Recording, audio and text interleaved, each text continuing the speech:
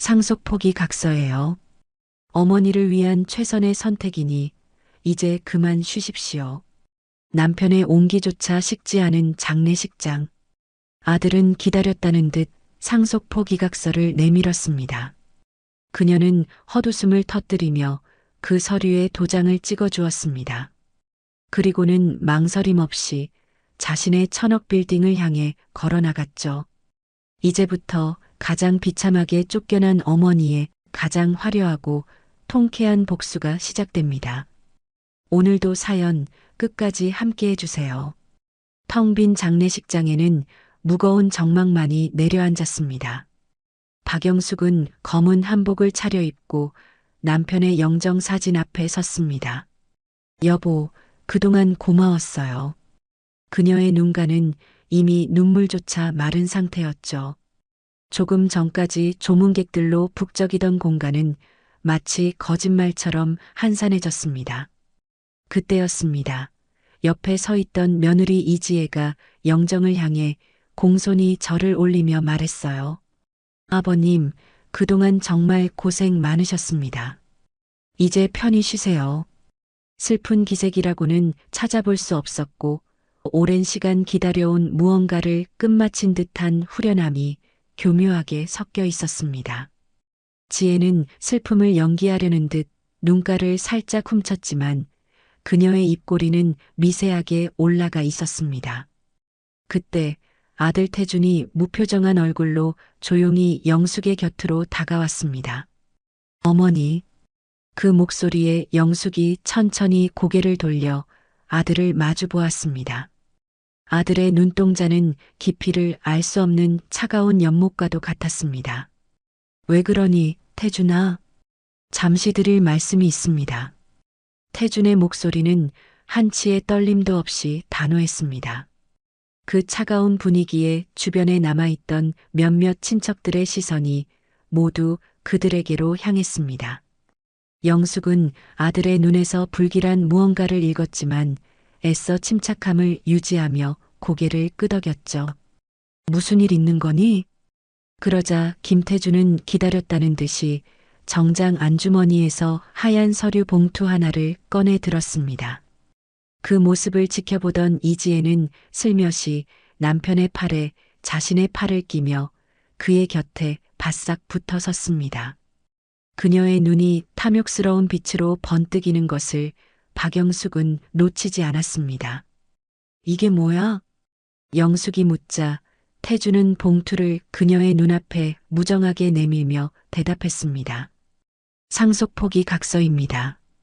그 말이 장례식장의 싸늘한 공기를 가르고 영숙의 귓가에 비수처럼 꽂혔습니다.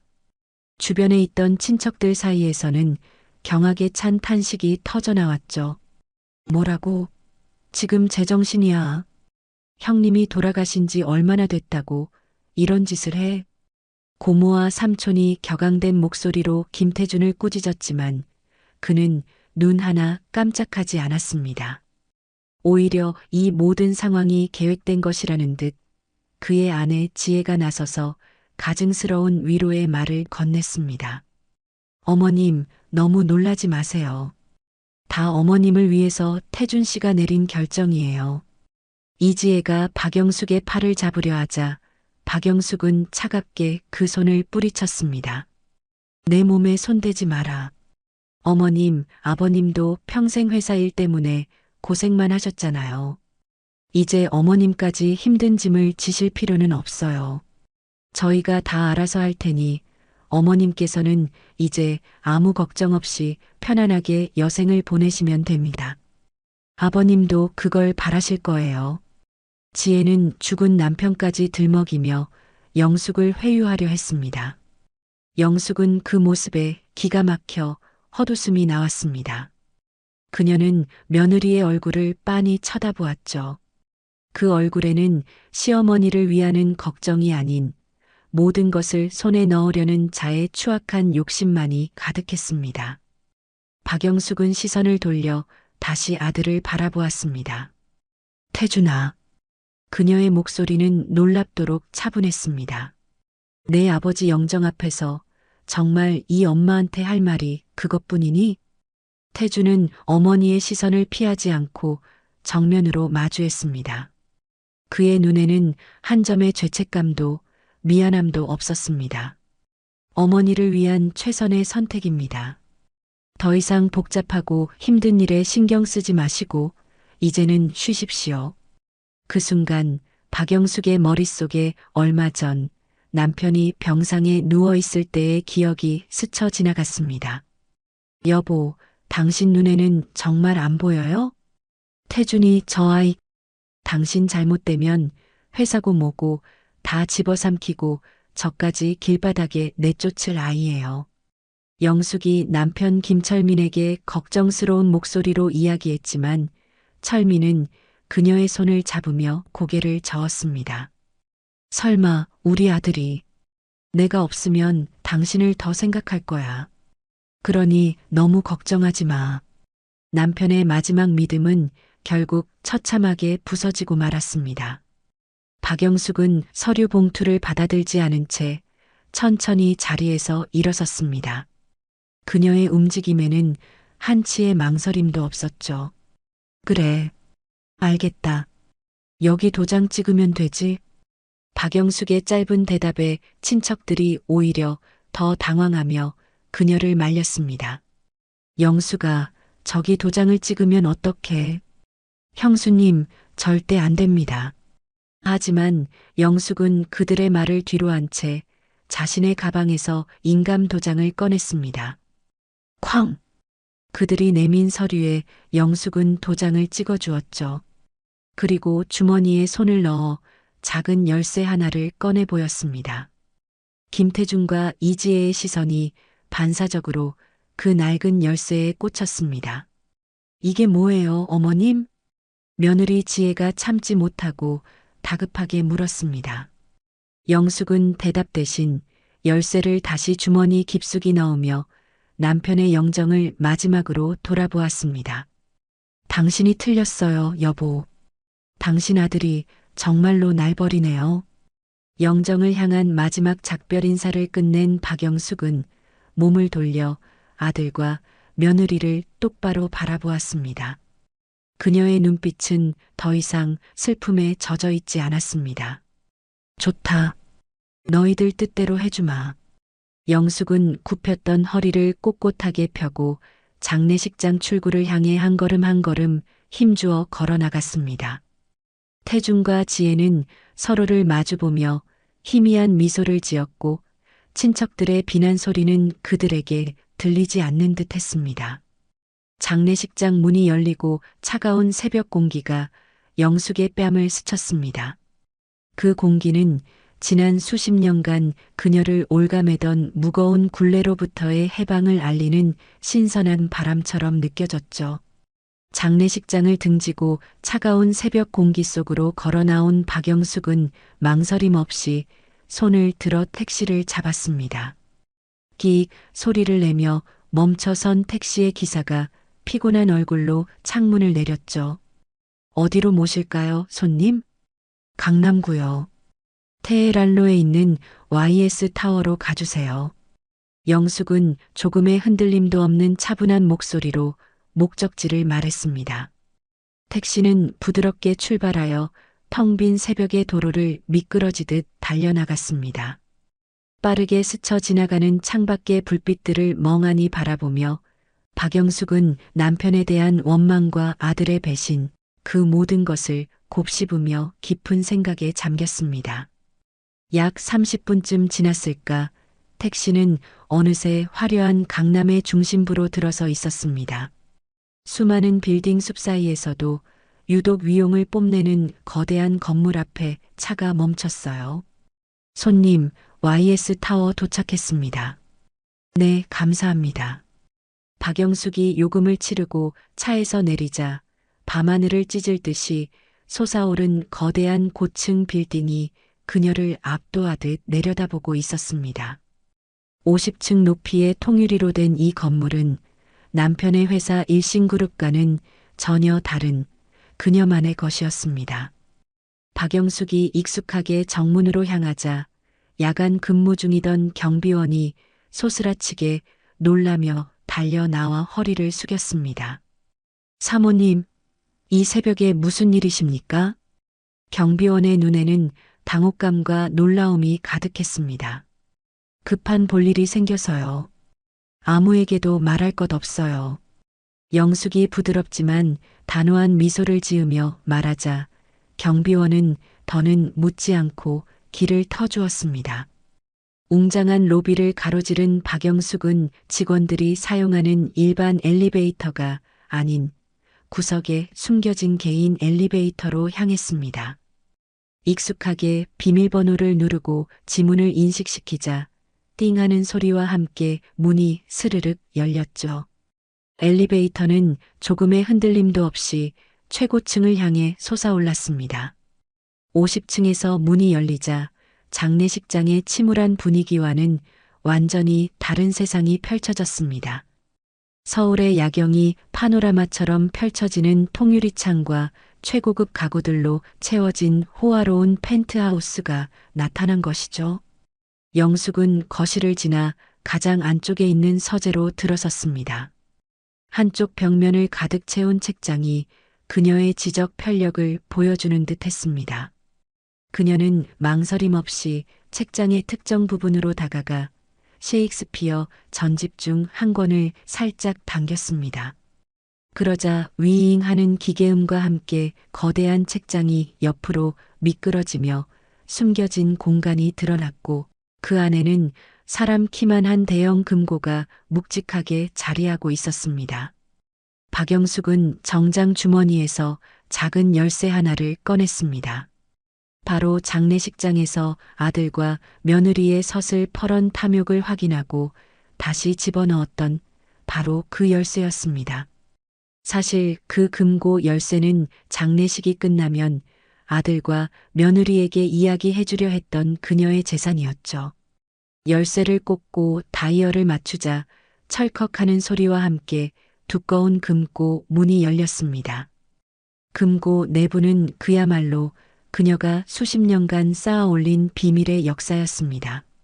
수많은 차명법인 서류들과 해외 투자 계약서, 그리고 강남 일대의 금싸라기 땅과 건물들의 등기부등본이 빈틈없이 정리되어 있었어요. 남편의 사업과는 별개로 오직 그녀의 힘으로 이룩한 결과물들이었죠. 영숙은 금고 가장 깊숙한 곳에서 자그마한 벨벳 상자를 꺼내 들었습니다. 상자를 열자 그 안에는 세월의 흔적이 묻어나는 낡은 만년필 한 자루가 고이 누워 있었습니다.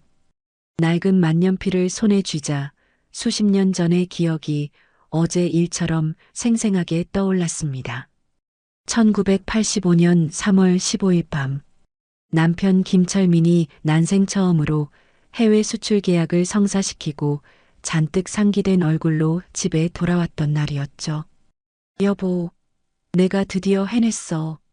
우리 일신무역이 드디어 세계로 나아가는 첫걸음을 뗐어. 남편은 어린아이처럼 기뻐하며 그녀 앞에서 덩실덩실 춤까지 추었습니다.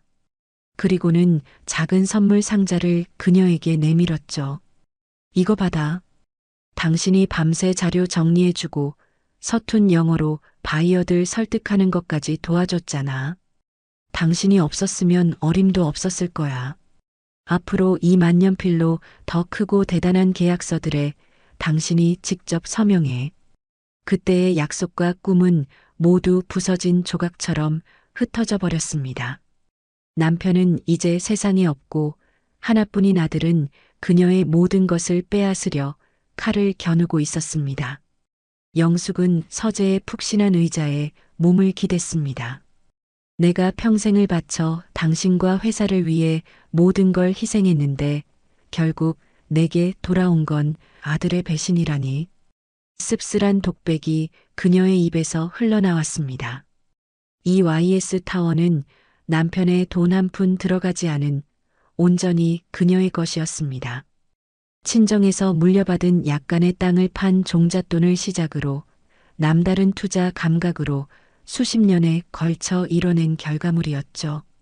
남편이 사업에만 몰두할 때 그녀는 밤을 새워 세계 경제를 공부했고 환율의 변동과 부동산 시장의 흐름을 정확히 꿰뚫었습니다. 남편조차 그 존재를 모르는 수많은 비밀 계좌를 통해 자산을 불려왔던 겁니다.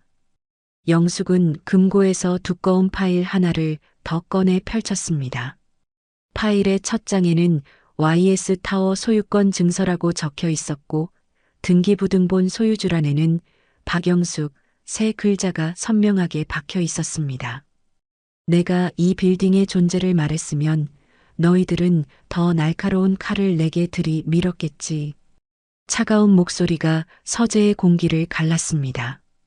영숙은 만년필을 다시 벨벳 상자에 넣고 금고 문을 닫고 서재 창가로 걸어가 반짝이는 강남의 야경을 내려다보았습니다. 저 수많은 불빛 아래 아들과 며느리는 승리를 예감하며 축배를 들고 있을지도 모를 일이었죠. 창에 비친 자신의 결연한 모습을 바라보며 박영숙은 나지막이 다짐했습니다. 그래, 이제부터가 진짜 시작이야. 영숙이 YS 타워에서 조용한 전쟁을 다짐한 지 사흘이 흘렀습니다. 그리고 오늘 아들 태준과 며느리 지혜는 서초동의 대형 법무법인 회의실에 마주 앉아 유언장 개봉을 기다리고 있었죠. 태준이 손목시계를 힐끗 보며 나지막이 불평했습니다. 변호사는 왜 이렇게 안 오는 거야? 약속 시간에서 10분이나 늦었잖아. 그의 초조함과 달리 지혜는 손거울로 자신의 화장을 고치며 여유롭게 대꾸했어요. 급할 건 뭐 있어, 여보. 어차피 이제 다 우리 건데. 10분 먼저 봤나, 10분 늦게 봤나 무슨 차이라고. 그녀의 말에 태주는 마른 입술을 혀로 죽였습니다. 그래도 혹시 모르잖아. 아버지가 마지막 순간에 무슨 다른 생각을 하셨을지. 그러자 지혜가 거울을 탁 소리나게 닫으며 남편을 쏘아붙였습니다. 쓸데없는 소리.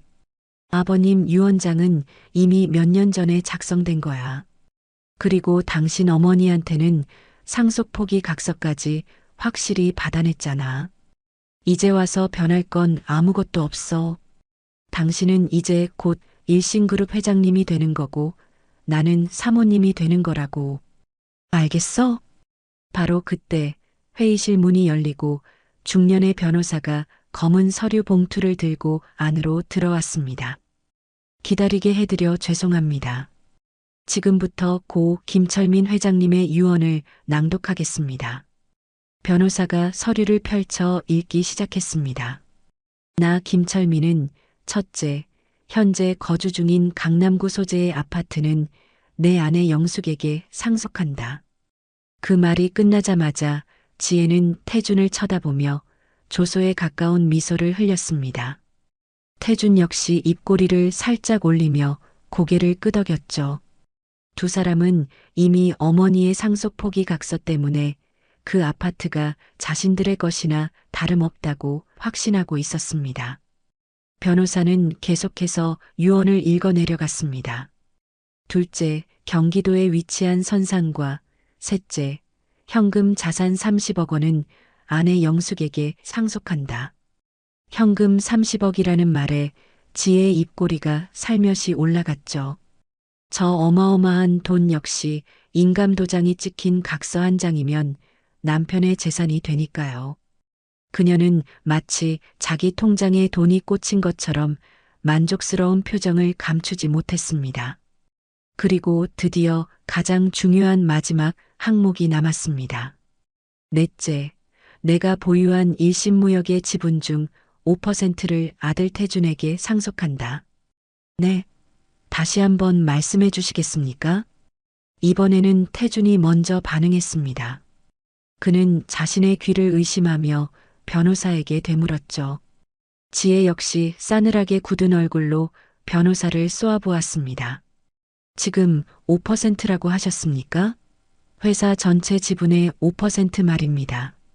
네, 유언장에는 그렇게 명시되어 있습니다. 일신무역 지분 5%가 김태준 씨에게 상속되는 재산의 전부입니다. 순간 회의실의 공기가 얼어붙었습니다. 지혜가 자리에서 벌떡 일어나 테이블을 손으로 내리치며 소리쳤습니다. 말도 안 돼. 그럼 나머지 95%는 어디로 갔다는 말입니까?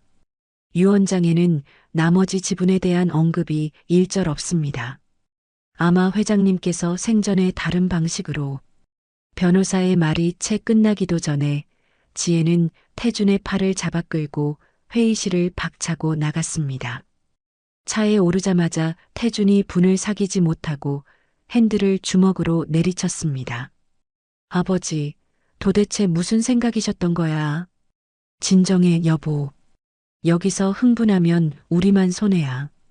지혜는 의외로 침착했습니다. 그녀는 차갑게 가라앉은 목소리로 계획을 말하기 시작했죠. 일단 아파트랑 현금 30억은 상속 포기 각서 내밀면 바로 우리 손에 들어와. 그건 식은 죽 먹기야.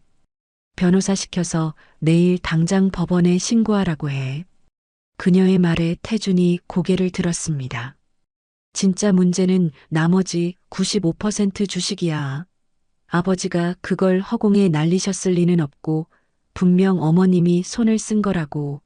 어쩐지 상속 포기각서에 도장을 너무 쉽게 찍는다 했어.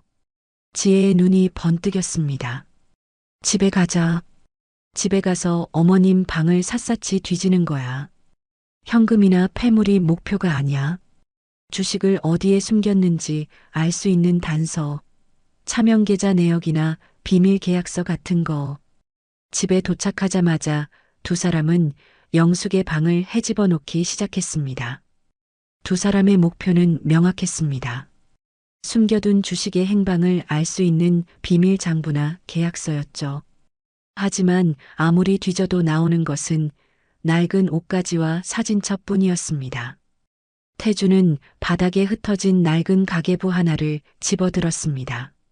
수십 년간 영숙이 직접 기록한 생활비 내역이 빽빽하게 적혀 있었어요. 도대체 어디로 간 거야? 95%는. 그 모습을 본 지혜가 가계부를 낚아채며 악을 썼습니다. 그러니까 더 수상하잖아. 이렇게 아낀 돈으로 전부 주식을 사서 우리 몰래 숨겨둔 게 틀림없다고. 그럼 이제 어떡해? 단서가 하나도 없는데. 태준이 절망적으로 소리치자 지혜의 눈에 섬뜩한 빛이 스쳤습니다. 걱정 마.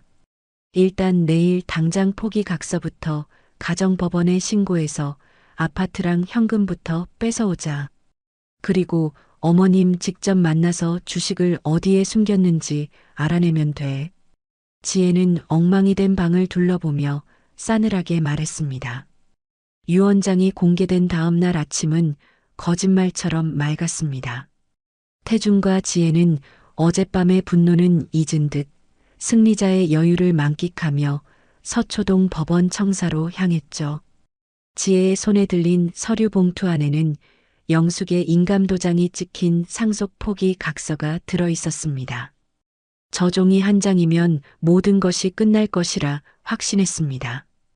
가정법원 민원실 번호표를 뽑고 잠시 기다린 두 사람은 자신만만한 표정으로 창구로 향했습니다. 지혜가 서류 봉투를 창구 직원에게 척 내밀며 말했어요. 상속 포기 신고하러 왔는데요. 여기 서류입니다. 무표정하던 직원이 서류를 보더니 고개를 들고 물었습니다. 상속 포기하시는 분 성함이 박영숙 씨 맞으신가요? 네, 저희 어머니요. 그러자 직원은 서류를 두 사람 쪽으로 다시 밀어내며 딱 잘라 말했습니다. 어머님 본인이 직접 오셔야 합니다. 대리 접수는 불가능합니다. 지혜의 얼굴이 순간 굳었습니다. 그녀는 애써 미소를 지으며 다시 말했죠. 아니, 여기 어머니 인감도장이랑 위임 서류까지 다 있잖아요. 연세도 있으시고 몸도 안 좋으셔서 저희가 대신 온 거예요. 안 됩니다. 직원의 목소리는 단호했습니다. 상속 포기나 한정 승인 같은 중요한 신분 행위는 본인의 진정한 의사가 가장 중요합니다. 따라서 법원에 반드시 직접 출석해서 본인 의사를 확인하고 신고하셔야 합니다. 아드님이시라도 절대 대신할 수 없는 부분입니다.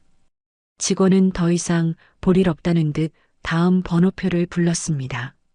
주변 사람들이 웅성거리며 쳐다보는 시선에 지혜와 태준의 얼굴이 시뻘겋게 달아올랐습니다. 두 사람은 망신을 당한 채 법원 청사를 쫓겨나듯 빠져나와야 했습니다. 감히 일개 공무원 따위가 우리를 무시해? 차에 타자마자 지혜가 분을 사귀지 못하고 소리쳤습니다. 태준이 핸들을 잡으며 말했죠. 진정해. 법이 그렇다는데 어쩌겠어. 변호사부터 찾아가 보자. 두 사람은 곧장 지혜가 미리 알아둔 서초동의 가장 비싼 법무법인으로 향했습니다. 최고급 가죽 소파에 앉아 잠시 기다리자 잘 차려입은 중년의 변호사가 들어와 맞은편에 앉았습니다.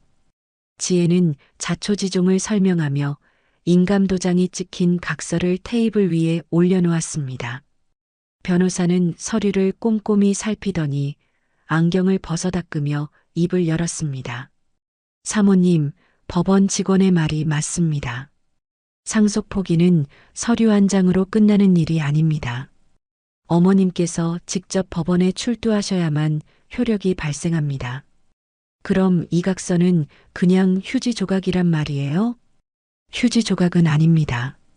변호사가 의미심장한 미소를 지었습니다. 이것은 상속을 포기하겠다는 강력한 법적 약속입니다. 만약 어머님께서 법원 출두를 거부하신다면 저희는 이 각서를 근거로 약속을 이행하라는 소송을 제기할 수 있습니다. 승소 가능성은 매우 높습니다만 변호사는 잠시 말을 끊었다가 이었습니다. 아시다시피 소송은 시간과 비용이 꽤 드는 싸움입니다. 어머님께서도 변호사를 선임해서 대응하시면 몇 년이 걸릴 수도 있습니다. 몇 년이라는 말에 태준의 얼굴이 굳어졌습니다. 변호사는 바로 그 표정을 읽었다는 듯 몸을 앞으로 기울이며 나지막이 말했죠. 그래서 보통 이런 경우에는 소송을 유리하게 이끌기 위한 다른 압박 카드도 함께 준비합니다. 압박 카드요? 네. 혹시 어머님께서 외부에 알리고 싶지 않은 비밀이나 저희가 모르는 다른 재산 관계가 있습니까? 상대의 약점을 알아야 가장 빠르고 확실하게 이길 수 있습니다. 재판에서 유리한 고지를 점하려면 무기가 많을수록 좋으니까요. 변호사의 마지막 말은 두 사람의 마음에 새로운 불씨를 던졌습니다. 단순히 약속을 이행받는 차원을 넘어 어머니의 모든 것을 파헤쳐야 한다는 생각에 사로잡혔죠. 법무법인을 나오는 두 사람의 얼굴에는 아까와는 다른 종류의 차가운 결의가 서려 있었습니다. 태주는 다음 날 강남의 허름한 빌딩 지하, 퀴퀴한 복도 끝에 자리한 흥신소의 문을 열었죠. 문 위에는 종합정보조사라는 낡은 간판이 위태롭게 걸려 있었습니다. 어서 오십시오. 기름진 머리를 한 중년의 남자가 자리에서 일어나 태준을 맞았습니다. 전화드렸던 김태준입니다. 아, 네네. 앉으시죠. 부인 되시는 분의 뒷조사 건으로 연락 주셨죠? 남자가 의자를 권하며 묻자 태준은 불편한 기색으로 헛기침을 했습니다. 아닙니다. 아내가 아니라 제 어머니입니다. 아, 실례했습니다. 어머님 조사건이시군요.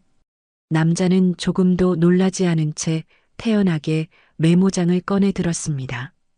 이런 일이 한두 번이 아니라는 듯한 태도였죠. 구체적으로 어떤 정보를 원하십니까? 어머니의 최근 일주일간 행적과 혹시 저희 몰래 보유하고 있는 다른 재산이 있는지 알아봐 주셨으면 합니다. 남자는 계산기를 두드리며 사무적으로 말했습니다. 착수금은 선불로 500만 원입니다. 결과에 따라 추가 비용이 발생할 수 있고요. 태주는 망설임 없이 500만 원을 계좌로 이체했습니다. 일주일 뒤 약속처럼 태준의 휴대폰이 울렸습니다. 조사 완료됐습니다. 사무실로 오시죠. 태준은 지혜와 함께 다시 그 흥신소를 찾았습니다. 남자는 두 사람을 보자마자 두툼한 서류 파일을 테이블 위에 올려놓았어요. 결과가 아마 꽤 놀라우실 겁니다. 남자가 의미심장한 미소를 지으며 말했습니다. 지혜가 참지 못하고 다급하게 물었죠. 뭘 알아냈는데요? 숨겨둔 땅이라도 있었나요? 그런 수준이 아닙니다. 박영숙 씨는 현재 강남 테헤란로에 위치한 YS 타워의 실소유주입니다. 네, 뭐라고요? 태준이 자리에서 벌떡 일어나며 소리쳤습니다. 지혜 역시 믿을 수 없다는 얼굴로 되물었죠. YS 타워요? 그 꼭대기에 레스토랑 있는 50층짜리 빌딩 말인가요? 남자는 말없이 파일에서 여러 장의 사진을 꺼내 테이블 위에 펼쳤습니다. 사진 속에는 영숙이 건물의 개인 엘리베이터 앞에서 비밀번호를 누르고 지문을 인식시킨 뒤 최상층 펜트하우스로 올라가는 모습이 선명하게 담겨 있었어요. 그리고 이건 해당 건물의 등기부등본 사본입니다. 남자가 내민 서류의 소유주란에는 박영숙 세 글자가 또렷하게 박혀 있었습니다.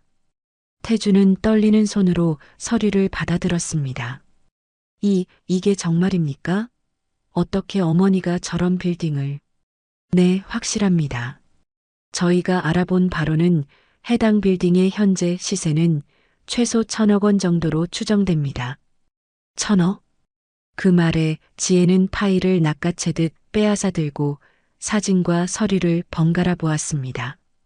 그녀의 입에서 낮은 욕설이 터져나왔죠. 세상에, 우리한테는 콩나물값 아끼는 척하면서 뒤로는 1,000억짜리 빌딩을 숨기고 있었다고? 한 가지 더 있습니다. 남자가 말을 이었습니다. 최근 며칠 사이 박영숙 씨는 국내 최대 로펌과 회계법인 관계자들을 연달아 만났습니다. 단순한 재산 상담이 아닌 뭔가 아주 큰 일을 준비하고 있는 것으로 보입니다. 흥신소를 나온 두 사람은 근처 카페에 마주 앉았습니다. 지혜는 좀처럼 흥분을 가라앉히지 못했죠. 여보, 이제 모든 게 확실해졌어. 어머니가 작정하고 우리를 속인 거야. 아버님 회사를 빼돌린 거라고. 하지만 저건 완벽하게 어머니 명의로 된 재산이잖아. 우리가 어떻게 할 방법이 없지 않아? 태준이 현실적인 문제를 제기하자 지혜는 기다렸다는 듯 교활한 미소를 지었습니다. 왜 방법이 없어?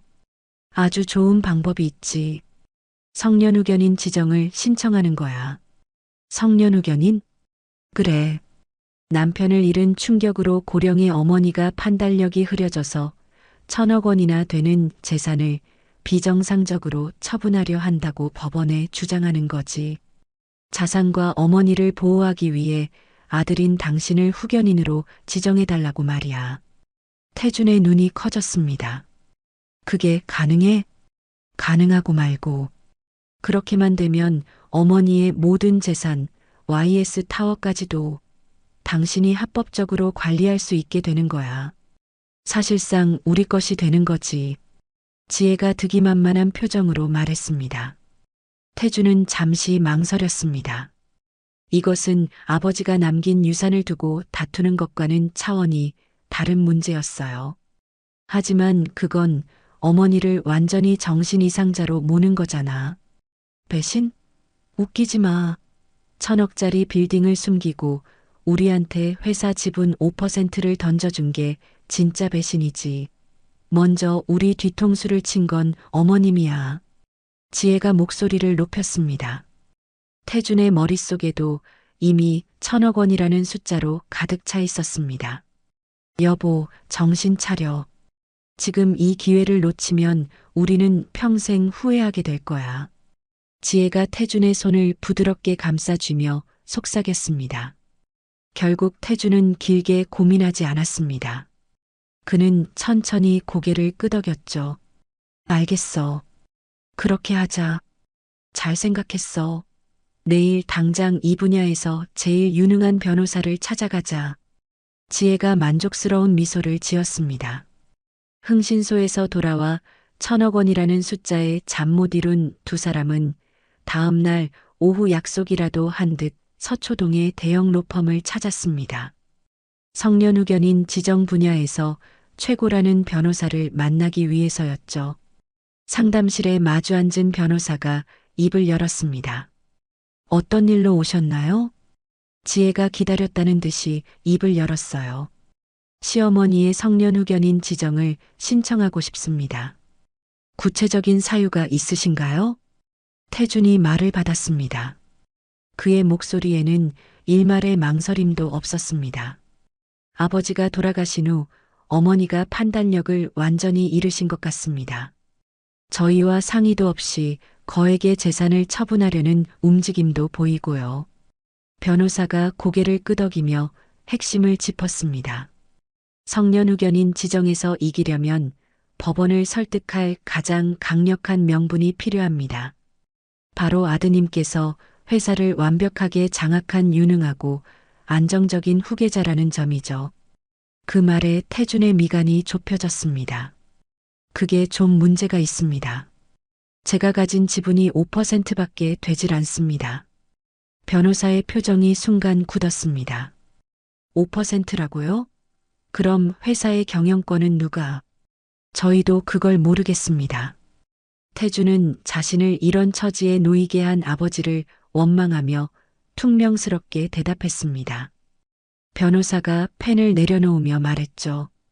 그렇다면 성년후견인 신청은 뒤로 미뤄야 합니다. 우선 회사 내에서 사장님의 입지를 다지는 것이 먼저입니다. 주요 거래처들을 만나 아버님의 유일한 후계자로서 인정을 받으십시오. 일주일 뒤 태준은 변호사의 조언에 따라 주요 해외 파트너사들을 만나기 위해 베트남행 비행기에 올랐습니다. 호치민의 최대 곡물 수입업체 사장을 만난 태준은 자신만만하게 새로운 사업 계획을 설명했습니다. 하지만 사장의 반응은 미지근했어요. 그런데 미스터 김 박 여사님은 잘 지내고 계십니까? 네. 저희 어머니 말입니까? 그렇습니다. 3년 전 남미에 큰 곡물 파동이 있었을 때 박 여사님의 환율 관리 덕분에 우리가 모두 살았습니다. 태준의 얼굴이 굳었습니다. 어머니가 환율 관리를 직접 하셨다고요? 물론입니다. 박 여사님께서 달러 해지 전략을 직접 세워주신 덕에 우리 회사가 파산을 면했습니다. 모르셨습니까? 태국의 파트너사 대표 역시 비슷한 말을 했습니다. 당신 아버지는 판을 크게 벌이는 훌륭한 사업가였습니다. 하지만 그 판의 수익을 계산하고 위험 요소를 없애는 진짜 머리는 당신 어머니였어요. 우리는 박 여사님을 믿고 거래한 겁니다. 한국으로 돌아오는 비행기에서 태준은 머리를 한 대 얻어맞은 듯한 충격에 빠졌습니다. 공항에 도착하자마자 그는 지혜에게 전화를 걸었습니다. 여보, 어떻게 됐어? 계약은 잘 될 것 같아? 지혜의 기대에 찬 목소리가 들려왔습니다. 아니, 망했어, 완전히. 뭐, 그게 무슨 소리야? 어머니가 우리가 알던 그런 사람이 아니었어. 회사의 진짜 주인은 어머니였던 것 같아. 태준은 해외 파트너들에게서 들은 이야기를 모두 털어놓았습니다. 모든 이야기를 들은 지혜는 전화기 너머로 악을 썼습니다. 그래서 뭐, 이제 와서 포기라도 하자는 거야? 눈앞에 1,000억이 있는데. 어머니는 우리가 생각했던 것보다 훨씬 무서운 사람이야. 시끄러워. 절대 포기 못해. 전화를 끄는 태준은 처음으로 등골이 서늘해지는 것을 느꼈습니다. 그것은 어머니를 배신했다는 죄책감이 아니었습니다. 자신이 하찮게 여기고 내쫓은 상대가 실은 이 거대한 판을 짜고 움직이는 보이지 않는 손이었다는 사실을 깨달은 자의 서늘한 공포였습니다. 아들 내외가 어머니를 향한 칼날을 벼리고 있던 그 시각, 일신무역 본사 42층 회장실에는 최 부장 홀로 남아 있었습니다. 20년간 고 김철민 회장의 충직한 수족이었던 최 부장이었죠. 그는 김철민 회장의 책상 앞에 앉아 마지막 정리 작업을 하고 있었어요. 부장님, 먼저 퇴근하겠습니다. 고생하셨습니다. 마지막까지 남아 야근하던 직원이 인사를 건네자 최 부장은 피곤한 얼굴로 손을 흔들어 보였습니다. 네, 어서 들어가요. 조심하고. 텅 빈 사무실에 다시 정막이 흘렀습니다. 최 부장은 깊은 한숨을 내쉬며 의자에 등을 기댔습니다. 그의 손길이 닿는 모든 물건에 지난 20년간의 세월과 회장에 대한 존경심이 묻어나는 듯 했어요. 그때 그의 휴대폰이 날카롭게 울렸습니다. 최 부장님, 저 김 과장입니다. 죄송합니다. 이렇게 늦은 시간에. 아니, 괜찮아. 무슨 일인가? 전화기 너머로 들려오는 김 과장의 목소리는 다급하고 심각했습니다. 부장님께만 긴급하게 드릴 말씀이 있습니다. 혹시 태준 전무님 관련해서 이상한 소문 못 들으셨습니까? 김 전무? 무슨 소리야? 전무가 지금 박영숙 사모님을 상대로 성년후견인 지정 소송을 준비하고 있다고 합니다. 뭐라고? 최 부장은 자신도 모르게 자리에서 벌떡 일어났습니다. 전화기 너머의 말은 그야말로 청천벽력과도 같았죠. 확실한 정보인가? 네. 대형 로펌에 다니는 제 대학 동기가 직접 알려준 정보입니다. 이미 소장까지 준비하고 있답니다. 전화를 끊은 최 부장은 그대로 의자에 주저앉았습니다. 김 과장의 충격적인 말은 그의 머릿속에 잠들어 있던 6개월 전의 기억을 날카롭게 끄집어냈습니다. 회장이 병상에서 마지막 힘을 쥐어짜내던 바로 그날의 기억을요. 어두운 병실 안 산소호흡기 소리만이 가득했습니다. 앙상하게 마른 철민이 힘겹게 최 부장의 손을 잡았죠. 최 부장, 나는 내 아들을 믿고 싶네. 회장의 목소리는 금방이라도 부서질 것처럼 떨리고 있었습니다. 회장님, 너무 무리하지 마십시오. 하지만 혹시라도 만에 하나라도 태준이가 제 애미를 내치려고 한다면 회장은 최 부장의 손을 더욱 세게 잡았습니다. 앙상한 뼈의 감촉이 그대로 느껴졌어요. 그때는 잔이가 나의 마지막 방아쇠가 되어주게. 방아쇠라니요, 회장님. 그게 무슨 말씀이십니까? 영숙이가 내가 준 만년필을 가지고 있을 걸세. 자네는 그저 그 사람에게 때가 왔음을 알려주기만 하면 돼. 최 부장은 도무지 그 뜻을 알 수 없었습니다. 만년필이라니요?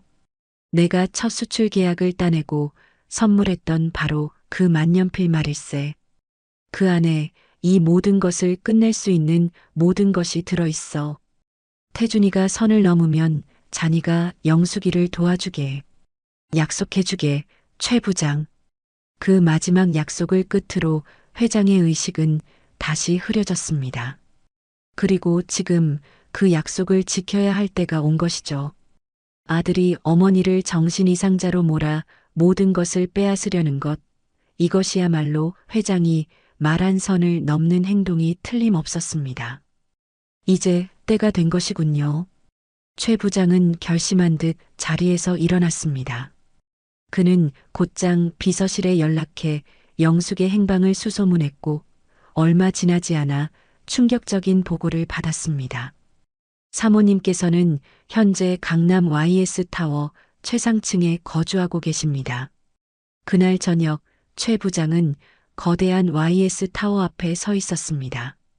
로비에서 영숙에게 연락을 취하자 잠시 후 그만을 위한 개인 엘리베이터가 내려왔습니다. 50층 펜트하우스의 문이 열리자 영숙이 조금도 흐트러짐 없는 모습으로 그를 맞았습니다. 어서 오세요, 최 부장님. 서재로 안내받은 최 부장은 가방에서 서류 봉투 하나를 꺼냈습니다. 사모님, 이걸 먼저 보셔야겠습니다. 봉투 안에는 법원에서 발송된 성년후견 개시, 심판 청구서, 사본이 들어 있었습니다. 서류를 읽어 내려가는 영숙의 표정이 싸늘하게 굳었지만 그녀는 조금도 놀라는 기색이 없었어요. 결국 짐승이 되기로 마음먹었군요. 영숙의 나지막한 목소리에 최 부장이 조심스럽게 입을 열었습니다. 사모님, 회장님께서 마지막으로 제게 만년필에 대해 말씀하셨습니다. 모든 증거가 그 안에 담겨 있을 것이라고 하셨습니다. 만년필? 영숙은 잠시 창밖을 바라보더니 이내 자리에서 일어나 서재 깊숙한 곳으로 걸어갔습니다. 최 부장이 숨죽여 지켜보는 가운데 그녀가 벽의 일부를 열어 숨겨진 금고를 드러냈습니다. 그리고 그 안에서 자그마한 벨벳 상자를 꺼내 들었죠. 상자 안에는 낡은 만년필이 고요히 잠들어 있었습니다. 영숙이 만년필을 손에 쥐고 최 부장을 향해 돌아섰습니다. 여기 만년필에 뭐가 있다는 거죠? 만년필을 든 영숙의 눈빛은 그 어느 때보다 차갑고 단단하게 빛나고 있었습니다. 그녀는 벨벳 상자에서 낡은 만년필을 조심스럽게 꺼내 환한 조명 아래 올려놓았죠. 최 부장은 옆에서 숨을 죽인 채 그 모습을 지켜볼 뿐이었습니다. 정말 이 작은 것 안에 그이가 모든 걸 남겨두었을까요? 영숙이 만년필의 은색 몸통을 자세히 살펴보며 나지막이 중얼거렸습니다. 그녀의 손끝이 만년필의 표면을 꼼꼼히 훑어 내려가다 중간 부분에 아주 미세한 금속 링 위에서 멈췄어요. 여기에 무언가 있네요. 영숙이 손톱 끝으로 금속 링을 잡고 아주 조심스럽게 돌렸습니다. 딸깍하는 작은 소리와 함께 굳게 닫혀있던 만년필의 몸통이 두 부분으로 부드럽게 분리되었습니다. 하지만 그 안에는 잉크 카트리지가 아닌 손톱보다도 작은 USB 메모리가 조용히 박혀 있었습니다. 이게 세상에. 최 부장이 놀라움을 감추지 못하고 탄식했습니다. 회장님께서 정말로 모든 걸 준비해 두셨군요. 영숙은 떨리는 손으로 USB를 조심스럽게 꺼내 자신의 노트북에 연결했습니다. 화면에는 곧바로 암호를 요구하는 네모난 창이 나타났죠. 암호가 걸려 있네요. 혹시 짐작하시는 것이라도 있으십니까, 사모님? 최 부장의 물음에 영숙은 잠시 생각에 잠겼습니다. 그녀의 머릿속에 수십 년 전의 어느 날이 스쳐 지나갔어요. 영숙은 천천히 키보드 위에 손을 올리고 8자리 숫자를 입력했습니다. 1985만 315. 그 날짜는 무슨 의미입니까? 우리 일신무역이 처음으로 해외 수출 계약을 맺은 날입니다. 그리고 당신의 회장님이 바로 2만 년필을 제게 선물하며 함께 꿈을 이야기했던 날이기도 하고요. 영숙이 엔터키를 누르자 화면이 바뀌며 두 개의 파일이 모습을 드러냈습니다. 파일의 이름은 각각 진짜 유언장, 비밀회계장부 파일이었습니다. 영숙은 마른 침을 삼키며 첫 번째 파일을 클릭했습니다. 화면 가득 철민의 친필 서명과 공증인의 직인이 선명하게 찍힌 또 다른 유언장이 나타났습니다. 그 내용은 장례식 직후 공개되었던 것과는 완전히 달랐습니다. 일신무역의 지분 95%를 나의 아내 박영숙에게 상속한다. 유언장의 핵심 내용을 읽은 영숙의 목소리가 가늘게 떨렸습니다. 옆에서 화면을 보던 최 부장이 경악하며 물었죠. 95%라니요. 그렇다면 태준 전무가 받은 5%가 정말 전부였다는 말씀입니까? 그렇네요. 그이가 아들에게 남긴 것은 그게 전부였던 겁니다. 영숙은 씁쓸하게 말하며 두 번째 파일을 열었습니다. 그리고 그 안의 내용은 유언장보다 훨씬 더 충격적이었습니다. 엑셀 파일 안에는 아들 태준이 지난 수년간 저지른 횡령 내역이 날짜와 금액, 방법까지 상세하게 기록되어 있었어요. 2021년 3월 18일 베트남 곡물 수입 대금 중 15억 원을 유령 회사인 GK무역으로 허위 이체. 2022년 7월 2일 태국쌀 수출 계약에 중개 수수료 8억 원을 개인 계좌로 전용.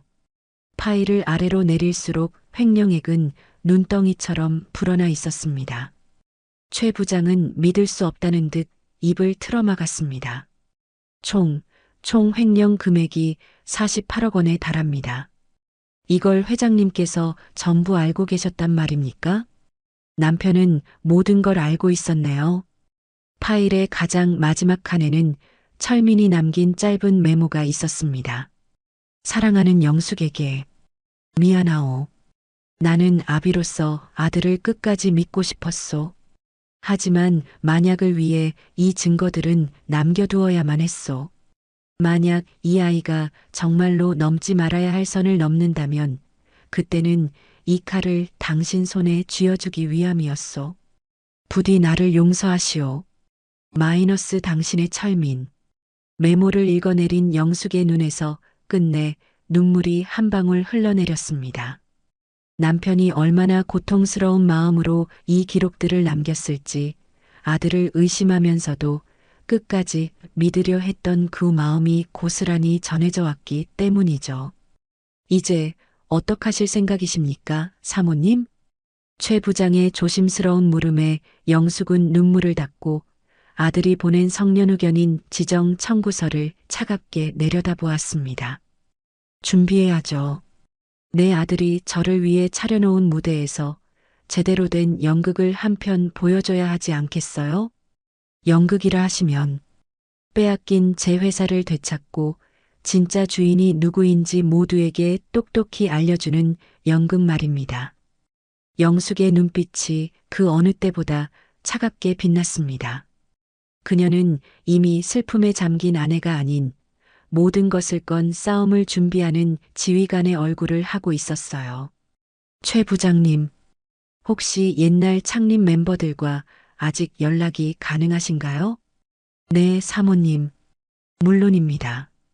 아직도 몇 분과는 가깝게 지내고 있습니다. 그분들께 이 모든 상황을 설명하고 제 편에 서주시도록 설득해 주십시오. 알겠습니다. 즉시 움직이겠습니다. 일주일 정도면 충분할 것 같습니다.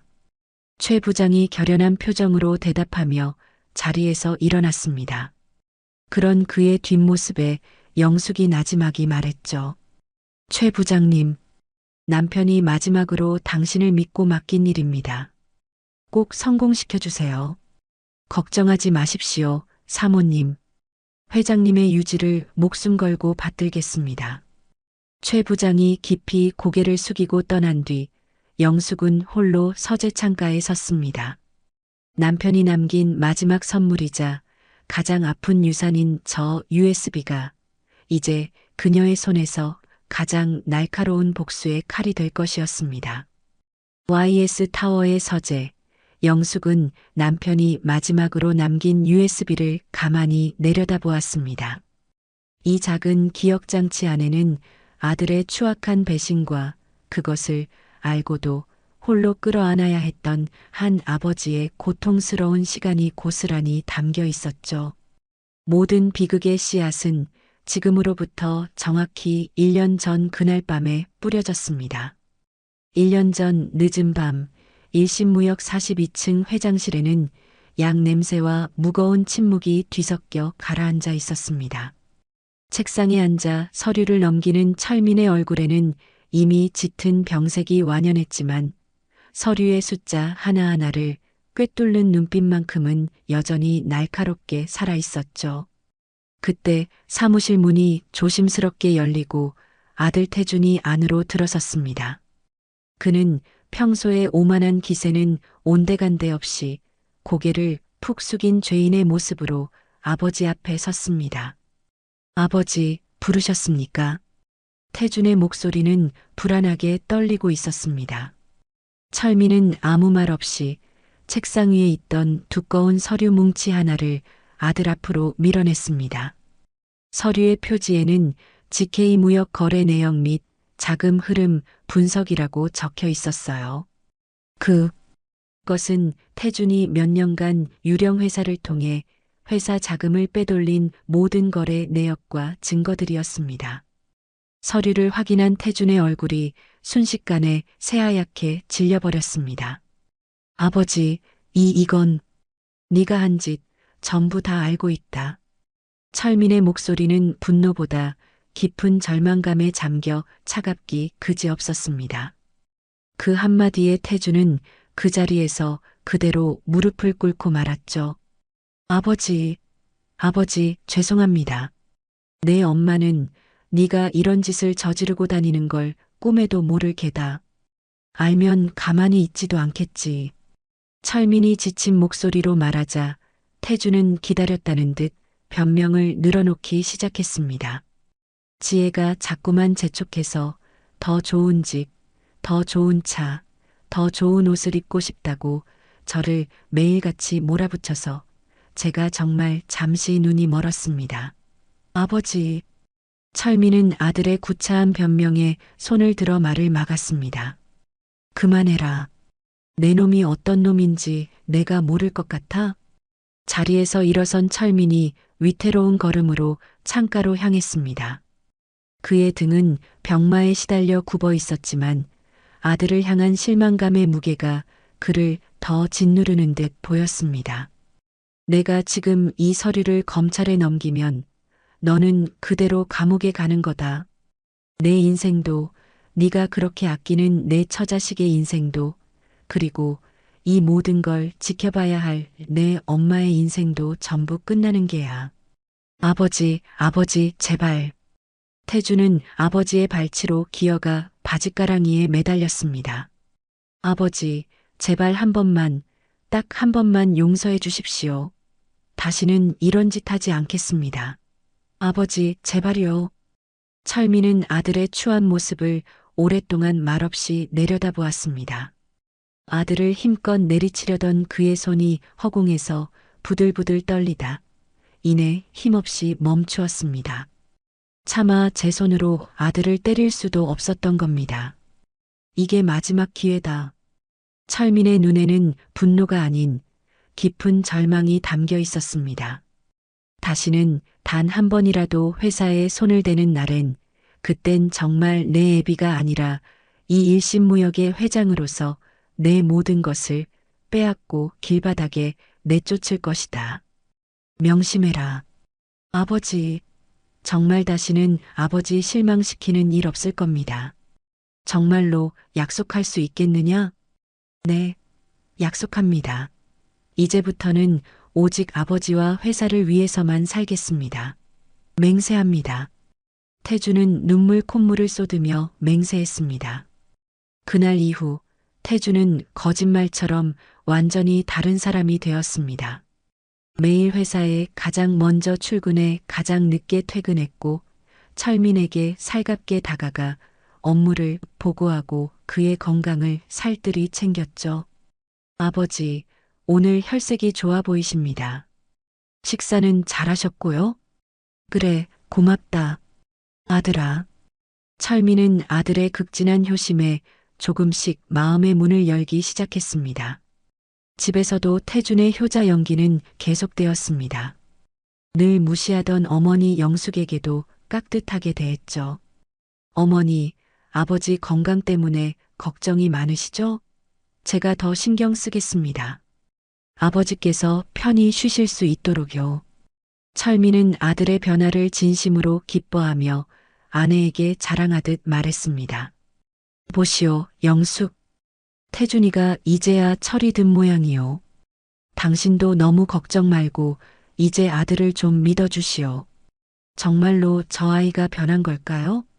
영숙은 여전히 의심의 눈초리를 거두지 못했지만 철민은 애써 아들을 믿으려 했습니다. 하지만 아버지가 보지 않는 곳에서 태주는 전혀 다른 얼굴을 하고 있었습니다.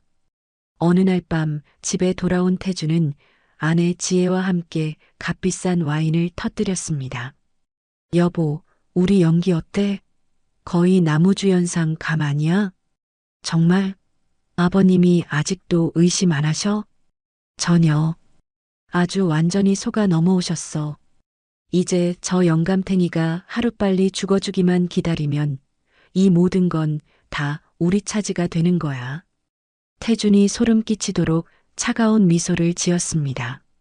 두 사람은 서로의 잔을 부딪히며 아버지가 하루빨리 세상을 떠나기만을 손꼽아 기다렸습니다. 물론 철민도 바보는 아니었습니다. 아들을 믿고 싶었지만 마음 한편의 불안감을 떨칠 수는 없었죠. 그는 비밀리에 최 부장을 불러 태준의 동향을 계속 감시하게 했습니다. 최 부장, 내 아들이 정말로 변한 것 같나? 회장님, 겉으로는 나무랄 데 없이 완벽합니다만 아직은 더 지켜봐야 할 것 같습니다. 최 부장의 조심스러운 대답에 철민은 고개를 끄덕였습니다. 그는 아들을 믿고 싶다는 아버지의 마음과 만약의 경우를 대비해야 한다는 회장의 마음 사이에서 마지막 결단을 내렸습니다. 그는 아들의 횡령 증거를 USB에 모두 담고 진짜 유언장을 따로 공증받아 준비했습니다. 그리고 그 모든 것을 아내에게 전해줄 마지막 선물, 낡은 만년필 속에 숨겨두었던 것입니다. 그렇게 한 아버지는 아들의 마지막 선의를 믿어보기로 결심하는 동시에 그 믿음이 부서졌을 때 아내를 지켜줄 가장 날카로운 칼을 준비하기 시작했습니다. 남편이 남긴 마지막 칼을 손에 쥔 영숙의 지시에 따라 최 부장은 지난 일주일간 쉴 틈 없이 움직였습니다. 그리고 마침내 약속된 날 저녁 그는 무거운 서류 가방을 들고 다시 YS 타워의 펜트하우스를 찾았죠. 그의 얼굴에는 일주일간의 고된 여정이 고스란히 새겨져 있었지만 눈빛만큼은 희망으로 빛나고 있었습니다. 서재에서 그를 맞이한 영숙이 따뜻한 차를 건넸습니다. 고생 많으셨습니다. 최 부장님. 아닙니다, 사모님. 돌아가신 회장님의 유지를 받드는 일인걸요. 최 부장은 테이블 위에 가방을 올려놓고 잠금 장치를 풀었습니다. 영숙은 기대와 걱정이 뒤섞인 눈빛으로 그의 손을 바라보았죠. 결과는 어떻습니까? 회장님께서 수십 년 전에 흩뿌려 두셨던 씨앗들을 오늘 제가 전부 거두어 왔습니다. 최 부장은 가방 안에서 수많은 지분 증서와 붉은 인감 도장이 찍힌 의결권 위임장들을 꺼내기 시작했습니다. 테이블 위로 서류들이 수북이 쌓여갔어요. 최 부장님, 이게 다 무엇입니까?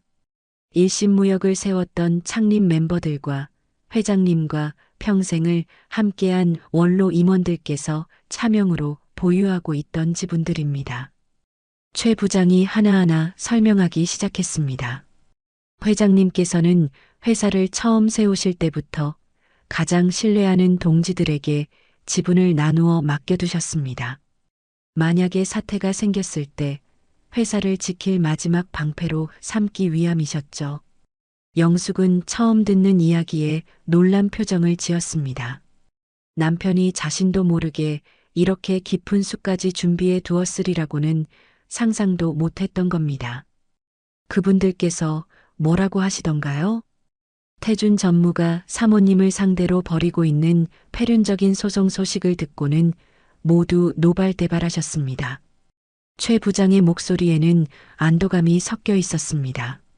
아무리 돈이 좋아도 자식이 어머니에게 어떻게 이런 짓을 할 수 있느냐며 당장이라도 회사로 달려올 기세셨습니다. 그리고는 기꺼이 자신들이 가진 모든 의결권을 사모님께 위임하겠다고 약조하셨습니다. 영숙은 떨리는 손으로 서류들을 하나씩 확인했습니다. 남편의 오랜 친구이자 회사의 초대 이사장이었던 분의 인감이 찍힌 위임장 9준위를 마다하지 않았던 베테랑 상무들의 지분 증서들이 정연하게 정리되어 있었죠. 남편이 떠난 지금도 그의 사람들은 여전히 그녀의 곁을 지켜주고 있었습니다. 전부 합치면 의결권이 총 몇 %나 됩니까? 남편이 남긴 진짜 유언장에는 95%를 저에게 준다고 했는데 그것과는 별개로 다른 사람들의 의결권이 필요한 겁니까? 유언의 효력이 발생하고 복잡한 상속 절차를 거쳐 주주명부에 사모님의 이름이 공식적으로 올라가려면 상당한 시간이 걸립니다. 지금은 그분들의 의결권이 필요한 때입니다. 회장님께서 준비하신 이 중에 안전장치인 셈이죠. 이 위임장만으로도 의결권 65%를 확보하셨습니다. 65%라면, 네, 사모님. 그 누구도 거스를 수 없는 절대적인 경영권입니다. 사모님께서는 이제 명실상부한 일심무역의 최대 주주가 되신 겁니다. 영숙의 눈가가 뜨거워졌습니다. 그때 최 부장이 시계를 확인하며 다급하게 말했습니다. 그런데 사모님, 아주 급한 소식이 있습니다. 무슨 소식입니까? 조금 전 태준 전무가 내일 오전 10시에 긴급 이사회를 소집했다는 연락을 받았습니다. 안건은 회장 유고에 따른 비상경영체제 선포라고 합니다. 영숙의 표정이 순간 차갑게 굳었습니다. 결국 칼을 뽑아들었군요. 스스로 회장 자리에 오르겠다는 마지막 발악이겠죠. 그런 것 같습니다. 아마 이사들 앞에서 경영권 장악을 공식화하고 사모님을 완전히 몰아낼 생각인 듯합니다. 최 부장의 걱정스러운 말에 영숙은 오히려 자리에서 일어섰습니다. 그녀의 얼굴에는 두려움 대신 서늘한 미소가 번졌죠. 아주 잘 됐네요. 어떻게 하실 생각이십니까? 내일 이사회 제가 직접 참석하겠습니다. 그녀는 더 이상 슬픔에 잠긴 미망인이 아니었습니다. 최 부장님, USB에 있는 모든 자료를 발표 자료로 만들어주세요. 진짜 유 원장과 아들의 횡령 증거, 그리고 원로들의 의결권 위임장까지 전부 다요. 그리고 내일 아침 변호사님도 함께 이사회로 모시겠습니다. 알겠습니다, 사모님. 밤을 새워서라도 완벽하게 준비하겠습니다. 모든 지시를 마친 영숙은 서재 창가로 걸어가 칠흑 같은 어둠 속에서 보석처럼 빛나는 강남의 야경을 내려다보았습니다. 제 남편은 이런 날이 오지 않기를 마지막까지 바랐을 겁니다. 그래서 마음이 너무 아프네요. 최 부장이 떠난 뒤에도 영숙은 한참 동안 창가에 서 있었습니다. 남편이 남긴 마지막 카드는 아들을 향한 믿음의 실패를 증명하는 것이자 동시에 아내를 지키려는 마지막 사랑의 장표였습니다. 영숙은 이제 그 씁쓸한 유산을 들고 모든 것을 제자리로 돌려놓기 위한 길을 나서야만 했습니다. 내일의 승리는 그녀에게 결코 달콤하지 않을 것이라는 생각과 함께요. 다음 날 오전 10시 일심무역 본사 44층 대회의실에 이사들이 하나둘 모여들었습니다. 길다란 타원형 테이블 주변으로 12명의 이사들이 자리를 잡았어요. 태준이 회장석에 앉아 서류를 정리하고 있었습니다. 그는 평소보다 더 비싼 정장을 입고 당당한 모습으로 있었습니다. 바쁘신 와중에 이렇게 모여주셔서 감사합니다. 오늘 이 자리에 모인 이유는 태준이 의기양양하게 회의의 시작을 알리려던 바로 그때였습니다. 한쪽 구석에 앉아있던 백발의 원로 이사가 조용히 손을 들었습니다. 잠깐만요, 김 전무. 무슨 문제라도 있으십니까, 강 이사님?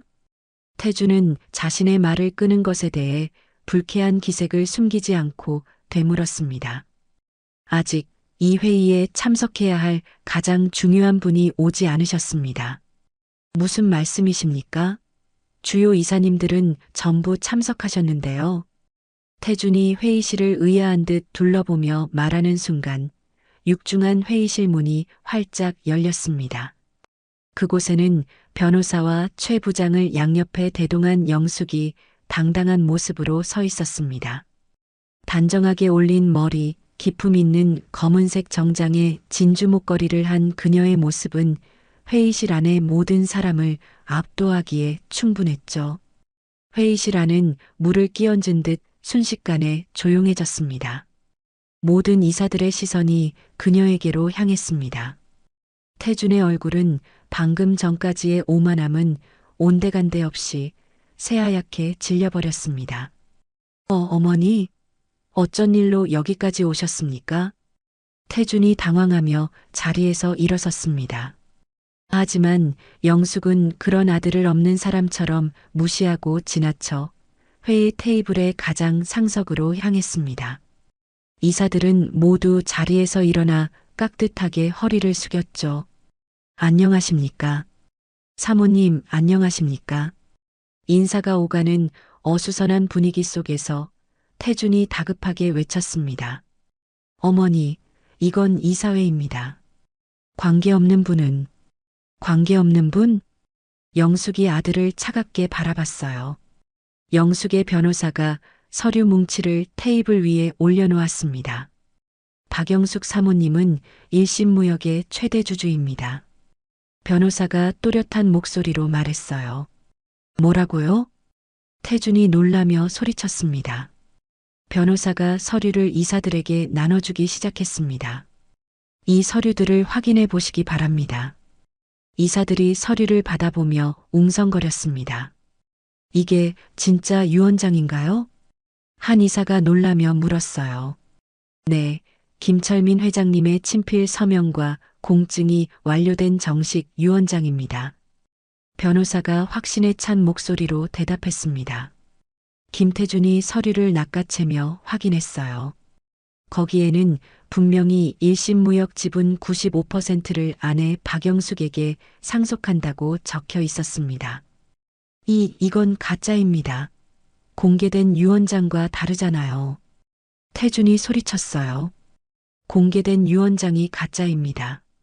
변호사의 차분한 대답과 동시에 최 부장이 회의실에 대형 스크린을 켰습니다. 이제부터는 더 중요한 진실을 보여드리죠. 스크린에 나타난 것은 태준의 이름으로 정리된 비밀 회계장부였습니다. 변호사가 레이저 포인터로 화면을 가리키며 하나씩 읽어내려가기 시작했어요. 2021년 3월 18일 베트남 곡물 수입 대금 15억 원 횡령. 2022년 7월 2일 태국 쌀 수출 중개 수수료 8억 원 개인 계좌로 불법 이체. 이사들의 얼굴이 점점 굳어갔습니다. 태준은 책상을 주먹으로 치며 발악했습니다. 거짓말. 전부 조작된 자료야. 누가 이런 음해를. 조작이라고? 영숙이 냉소적인 미소를 지었습니다. 그럼 이것도 조작일까? 다음 화면에 나타난 것은 태준 명의의 해외 비밀 계좌로 거액의 달러가 송금된 은행 거래 내역서였습니다. 곧이어 법인카드 사용 내역이 화면을 가득 채웠죠. 명품 쇼핑, 고급 레스토랑, 가족 해외여행 경비까지. 그 모든 것이 회사 돈으로 결제되어 있었습니다. 김전모, 이게 정말 사실입니까? 원로 이사가 엄중한 목소리로 호통쳤습니다.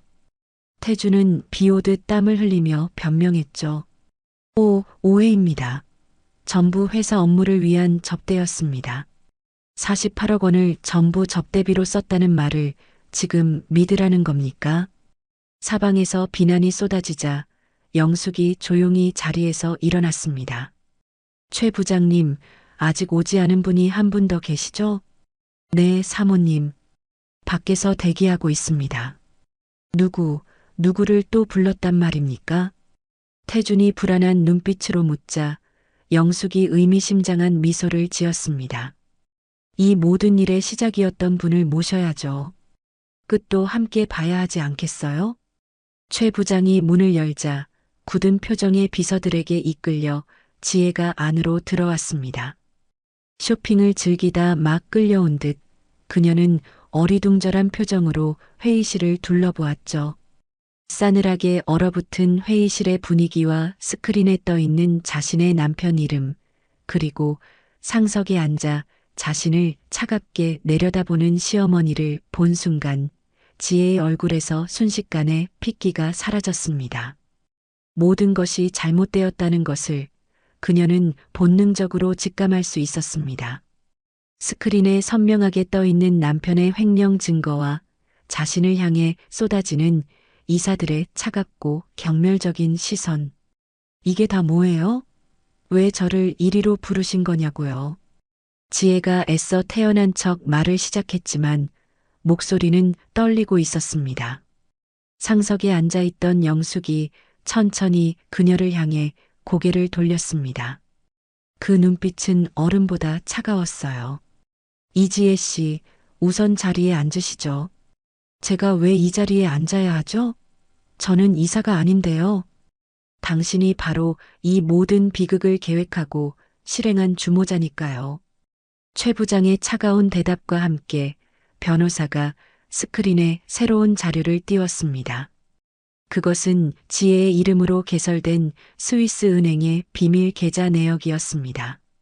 화면을 확인한 지혜의 얼굴에서 마지막 핏기마저 사라졌습니다. 이건 뭐예요? 당신 이름으로 개설된 유령 계좌입니다. 남편이 횡령한 돈의 일부가 이 계좌로 흘러 들어갔더군요. 궁지에 몰린 태주는 살아남기 위해 아내를 물고 늘어졌습니다. 여보, 이게 대체 어떻게 된 거야? 나는 전혀 모르는 계좌인데 왜 당신 이름으로 이런 게 있어?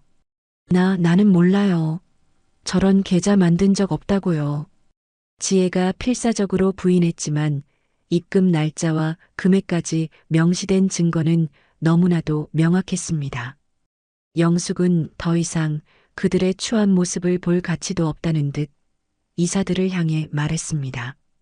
여러분, 이제 모든 상황이 명확해졌다고 생각합니다. 원로 이사가 깊은 한숨을 내쉬며 고개를 끄덕였습니다. 네, 사모님.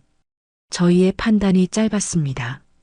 이제 영숙은 판결을 내리는 판사처럼 무릎 꿇은 아들과 며느리를 차갑게 내려다보았습니다. 이제부터 내가 제시하는 조건을 잘 들으세요. 조건이라니요? 첫째, 김태주는 그동안 횡령한 회사 자금 48억 원을 전액 변상할 것.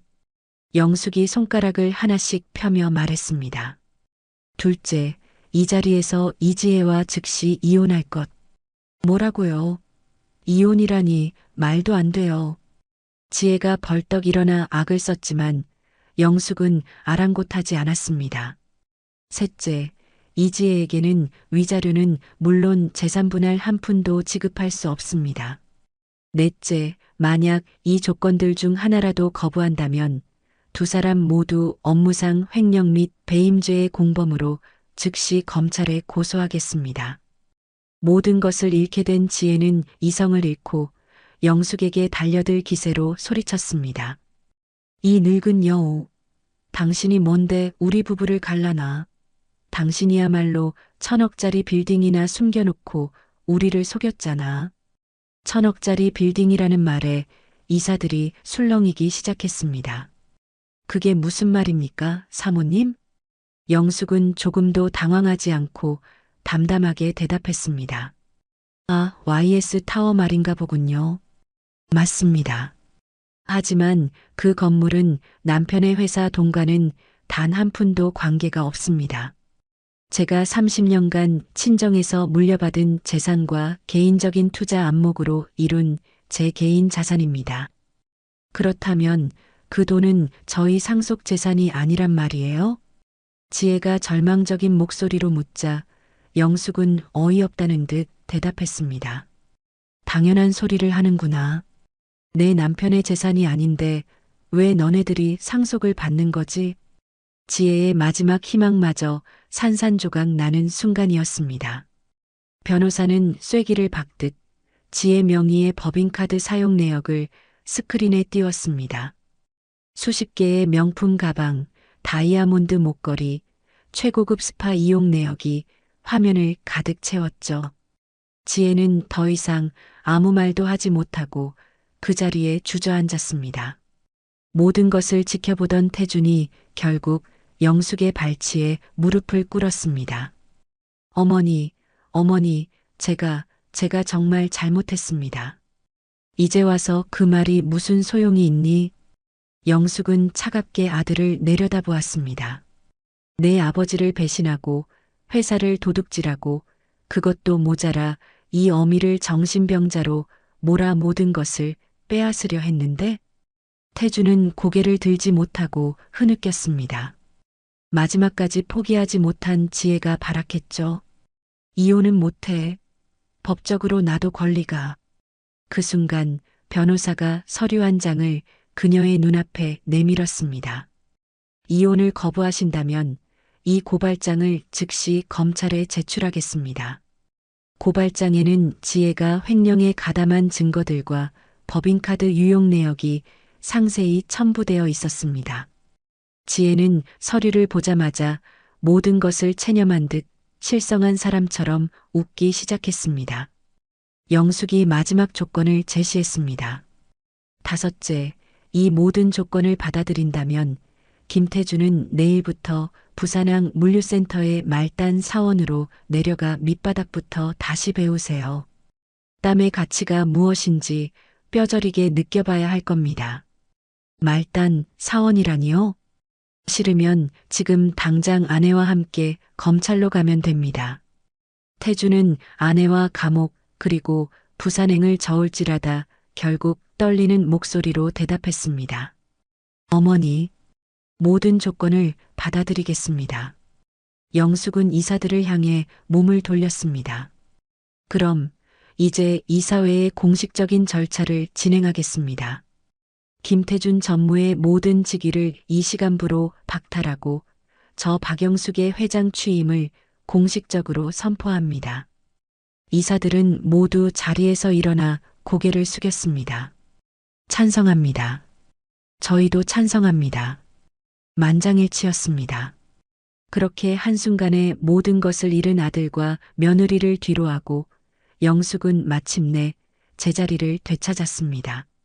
슬프고도 길었던 싸움의 끝이었습니다.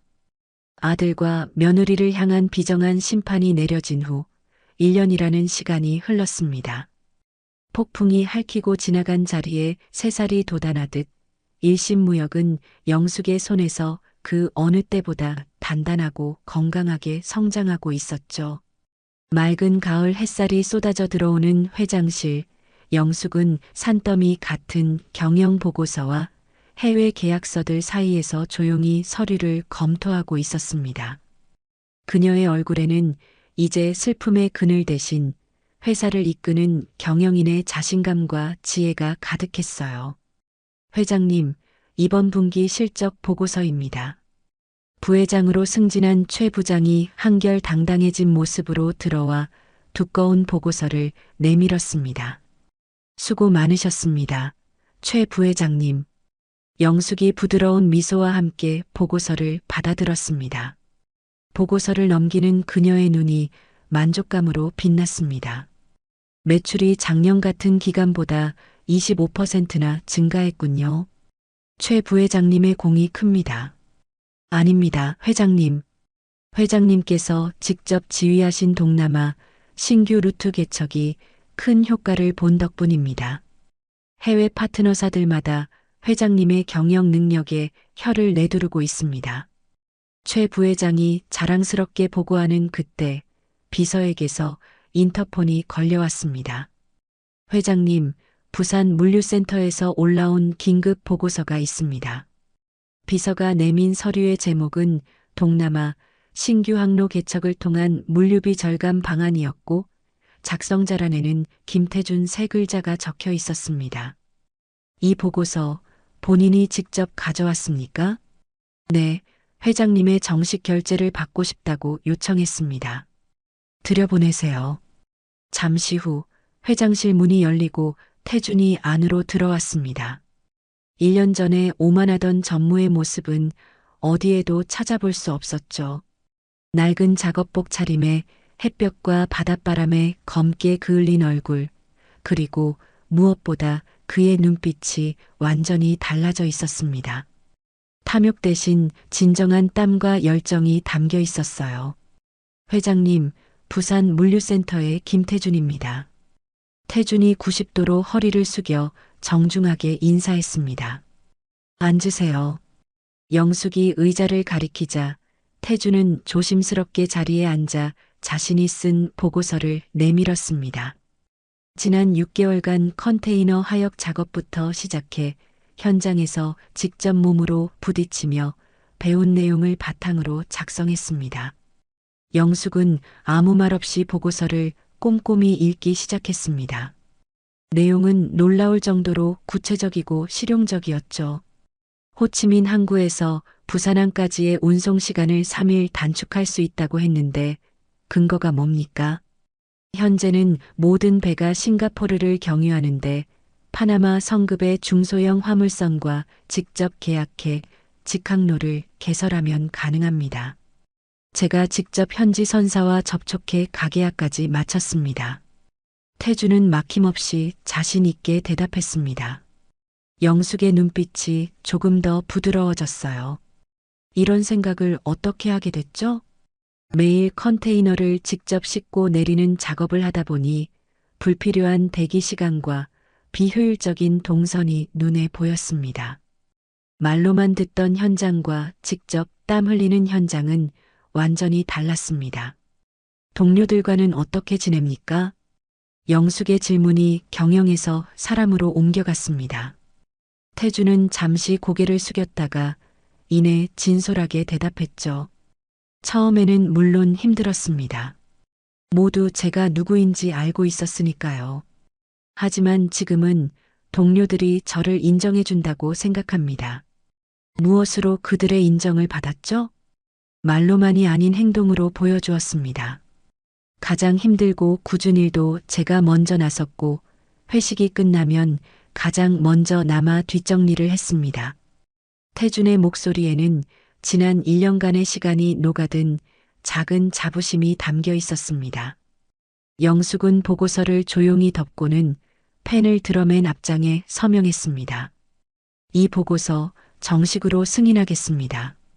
정말입니까, 회장님? 태준의 얼굴이 순간 환하게 밝아졌습니다. 네, 내용이 훌륭해요. 그런데 한 가지 조건이 있습니다. 어떤 조건이든 말씀만 하십시오.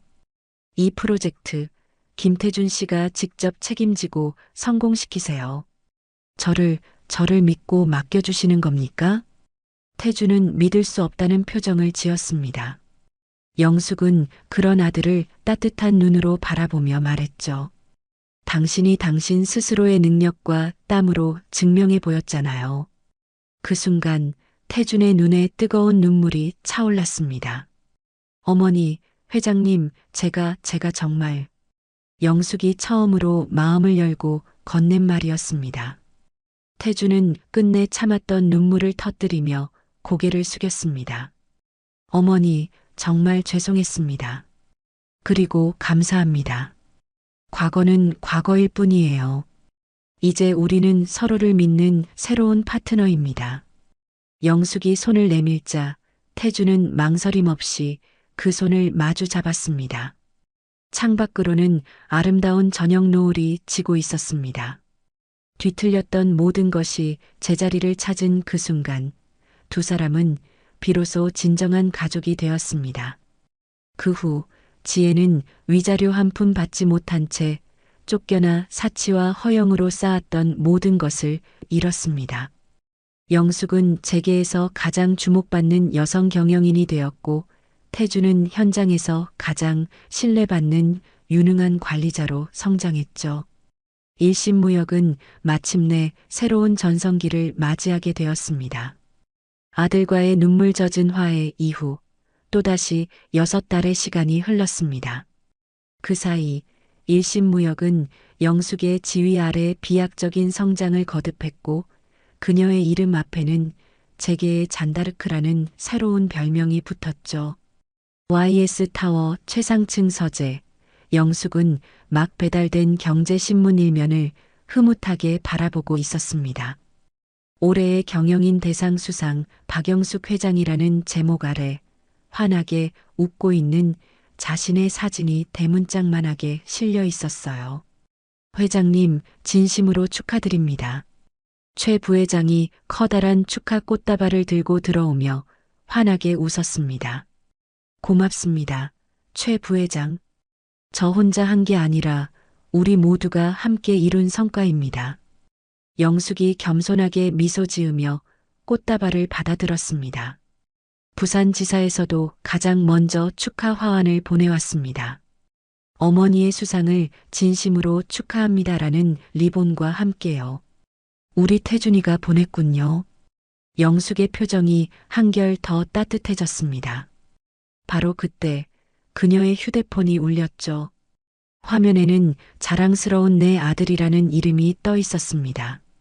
어머니, 대상 수상 진심으로 축하드립니다. 전화기 너머로 들려오는 태준의 밝은 목소리에는 조금의 그늘도 없었습니다. 그래, 고맙다. 아들아. 지금 부산지사 전체가 축제 분위기입니다. 다들 우리 회장님이 최고라고 난리예요.